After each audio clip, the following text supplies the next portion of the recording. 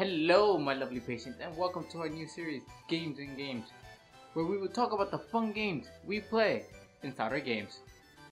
Chaos, the most adorable thing in the Sonic universe. What are they? I don't know, but I do know that I want to plush you one. Chaos were introduced in Sonic Adventure 1 and have been part of the Sonic lore ever since. They don't have much impact in the story of Sonic games besides side missions or something separate from the main game, like the Chao Garden.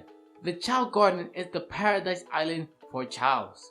Let's see our first Chao Garden in the Game Boy Advance game, Sonic Pinball Party. The Chao Garden here is called Tiny Chao Garden because the garden is very tiny, and so is the fun in it. You get to raise a Chao here, but there isn't much interaction with them. You get to feed them with a variety of fruits that will increase the Chao's different attributes of swimming, flying, running, power, and stamina. There's also a mood and belly meter, which tells you when the Chao needs petting to increase their mood or feeding to keep their bellies filled. To start off, you're given 100 coins to buy an assortment of fruits and an expensive trumpet. If you want that trumpet, Chao, you better get out there and get a job! To get rings, one could either play the original game and the rings collected there transferred to the Chao Garden, or you could play the mini games in the Chao Garden, which suck. This game has the Chao Memory game and the Chao Ball. Chao Memory is basically a memory game, and depending how many errors you make while playing it determines how many rings you get. Chao Ball is just a super simple puzzle bubble game where you match 10 and the balls break. If a group had a ring in it, when it breaks, the ring falls and you have to catch them. This is just a stripped down version of the Chao Garden, and the main appeal of it was the link cable compatibility. If one had both the GameCube game and the Game Boy Advance game, one could transfer their Chaos back and forth to race them on the go. Sonic Adventure 1 and Sonic Adventure 2 Chao's Garden are very similar. I will only be talking about the Sonic Adventure 2 Garden since it's the same as the first game, but with more. In order for one to unlock the Chao Garden, you have to collect the Chao key in a Chao box on any of the stages. Once inside, the player is greeted with 2 Chao eggs, which they can hatch. From here, a Chao can increase his stamina with fruits from the tree. To increase the other stats, one must collect drives from the main game of different colors that corresponds to different stats. The yellow is for swimming, green is for running, purple is for flying, and red is for power. It's also possible to increase them by collecting animals from the Chao boxes in the main game after collecting the keys in that level or wandering about. However, be warned that by giving your Chao an animal, they will receive a physical trait of that creature, turning them into some adorable chimera beast, which you can't turn back to normal. But you know, collecting drives and animals is a little too slow for my taste. That's where the black market comes in. The black market sells fruits that can increase stats faster than a drive or animal, which you can get in exchange for coins gained from the main game. To access the black market, one finds it in a closet in the kindergarten. The kindergarten has 4 other places to visit. The classroom is where you leave a Chao and it will learn something new.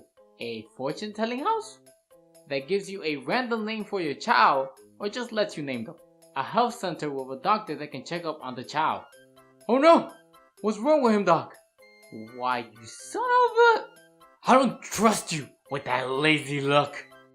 You can also see a chart of your Chao that shows how he has done in the events, favorite fruits, and his attribute grades.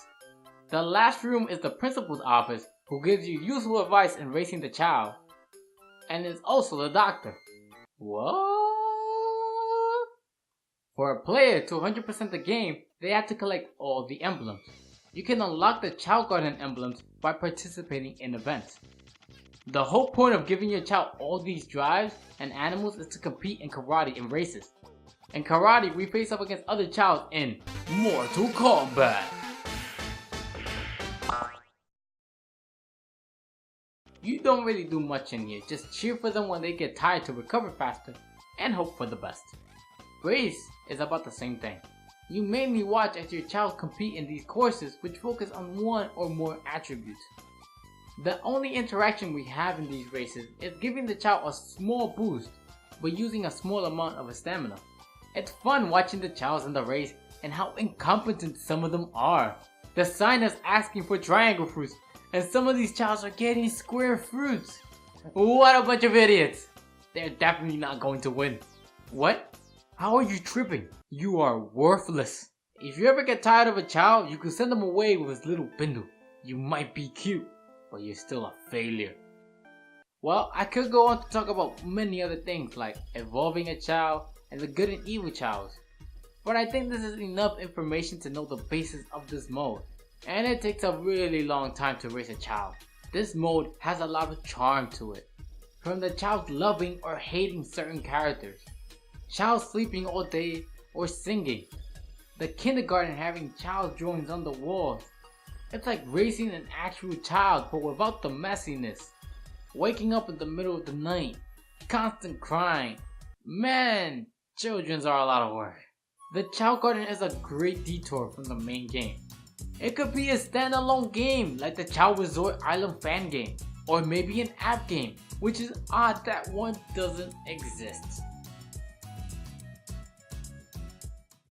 Hey guys, I hope you enjoyed the first episode of Game and Games, and if you have any suggestions of any other games that I should talk about, let me know in the comments down below. And as always, my lovely patients, thank you so much for watching, and tune in next time.